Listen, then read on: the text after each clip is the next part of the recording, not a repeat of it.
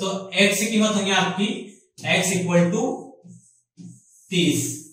ठीक है, उसी तरीके से आप y को मालूम करेंगे। y इक्वल टू कितना होगा? ये 55/1000 टन। ठीक है, अब 1 टन कितना होता है? 1 टन होता है 1000 किलो। जो होगा 55/1000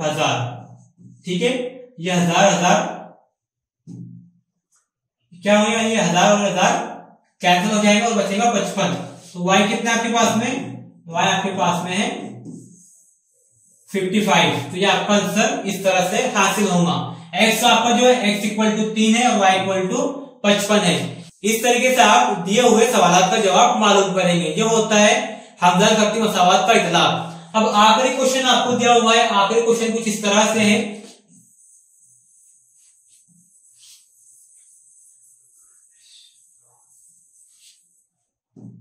सवाल आपको दिया हुआ है, एक कसर का नसबनुमा इसके शुमार कुनिंदा के दुगना से 4 बड़ा है। अगर शुमार कुनिंदा और नसबनुमा दोनों से 6 कम करे तो नसबनुमा शुमार कुनिंदा का 12 गुना होता है। वो कसर मालूम कीजिए। ये क्वेश्चन आपके लिए होमवर्क है, आप इसे सॉल्व करेंगे और जो आपका आंसर होगा वो आंसर आप हमें इस वीडियो के कमेंट बॉक्स में कमेंट करके बताएंगे। इंशाल्लाह फिर हम आपके कमेंट देखने के बाद में अगर आपका आंसर सही है तो आपका काबिल मुबारकबाद है कि चीजें आपको समझ में आ रही है, और अगर आप कुछ गलती करते हैं या फिर आपको नहीं समझ में आया है तो आप हमसे सवाल भी पूछ सकते हैं। इंशाल्लाह हम पूरी कोशिश करेंगे कि जो भी आपके डाउट्स हैं वो डाउट को क्लियर करने की कोशिश की जाए और आपके सवाल के जवाब दिए जाए। ठीक है दोस्तों, फिर मिलते हैं इंशाल्लाह अगली वीडियो में। अल्लाह हाफिज।